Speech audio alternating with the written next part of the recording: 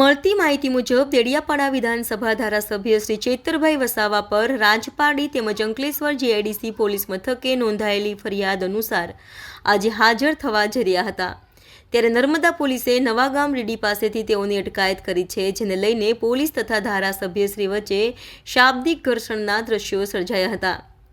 ધારાસભ્યશ્રીનું કહેવું છે કે સરકારશ્રીના ઇશારે અમારા પર ખોટી ફરિયાદો થઈ રહી છે, જેમાં અરજદાર પોલીસ ઇન્સ્પેક્ટર તથા પોલીસ સબ ઇન્સ્પેક્ટર બની રહ્યા છે, એવી તે પોલીસની શું મજબૂરી છે તેમ કહી આક્રોશ ઠાલવ્યો હતો। ખુદ ત્યાંના પીઆઈ અને પીએસઆઈ પોતે અરજદાર બને છે, તો એવી તો શું પોલીસની મજબૂરી થઈ ગઈ કે પોતે અરજદાર બને છે ભાઈ ધારાસભ્ય પર। અમે લોકસભા ચૂંટણી લડી ત્યારે પણ આખી પોલીસ અમારી સામે હતી, આખું જિલ્લાનું વહીવટી તંત્ર અમારી સામે ચૂંટણી લડતું હતું। એટલે આ લોકશાહીમાં સરકારો બદલાતી રહી છે।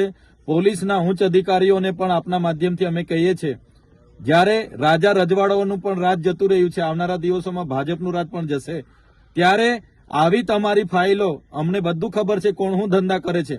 એટલે આ હપ્તાખોરી હોય કે એજન્ટ બનવાની સિસ્ટમ પોલીસ બંધ કરે, નહીં તો આવનારા દિવસો પણ આવશે।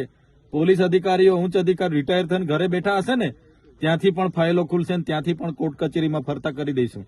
એટલે અમે કહેવા માંગીએ છીએ, એક ધારાસભ્યના ઘરે રાત્રે પોલીસ મૂકી દે, ભયનો માહોલ પેદા કરે, તો શું અમારા અધિકારો નથી, અમારો અવાજ નથી? એટલે આ ભાજપના રાજ્યમાં તાનાશાહી એટલા હદે ચાલે છે। અંગ્રેજો વખતે પણ જે આપણા સ્વતંત્ર સેનાનીઓએ પદયાત્રાઓ કરી હતી, પગપાળા યાત્રાઓ કરી હતી, આંદોલનો કર્યા હતા, ત્યારે પણ આવી એફઆઈઆરો નથી થઈ। અમે શાંતિપૂર્ણ પદયાત્રા કરીને અમારા પર એફઆઈઆરો કરી છે। એટલે જનતા જોગ પણ કહેવા માંગીએ છીએ કે જાગવું પડશે। આજે અમારા પર છે, કાલે તમારો પણ વાળો આવે છે, પણ અમે ડરવાના નથી, અમે લડવાના છે। આ જનતાનો અવાજ જવાના છે, અમે હાજર થવા જઈએ છીએ ને। પોલીસે ખોટી એફઆઈઆર કરી છે, અમે હાચા છે એટલે અમે હાજર થવા જઈએ છીએ। પોલીસ હાજર કરી દે, જેલમાં રાખવાના હોય તો જેલમાં રાખે, અમે તો આ જેલના કપડાં પહેરીને નીકળેલા છે, પૂરી દે, અમને કામ વાંધો છે।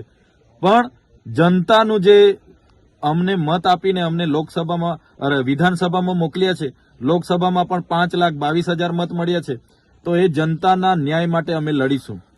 અમે અમારા છેલ્લા શ્વાસ સુધી લડી। જે રીતે ભાજપ પૈસા, પાવર, પોલીસ, ઈડી, સીબીઆઈ, વહીવટી તંત્રનો ઉપયોગ કરીને જે રાજ ચલાવી રહ્યું છે, આજે ભ્રષ્ટાચાર સાઈડ પર રહી ગયું, મોંઘવારી સાઈડ પર, રોજગારી સાઈડ પર, પીવાનું પાણી, સિંચાઈનું પાણી સાઈડ પર, આજે લોકો પર જે પોલીસ વિભાગથી જે રાજ થઈ રહ્યું છે, એટલે સંવિધાન ખતરામાં છે, લોકશાહી ખતરામાં છે, અને લોકોએ જાતે ઘરમાંથી નીકળીને બહાર આવવું પડશે। ત્યારે જ આ સરકારને ભાન આવશે અને ત્યારે જ આ દેશ પર સાચા લોકોનું રાજ આવશે।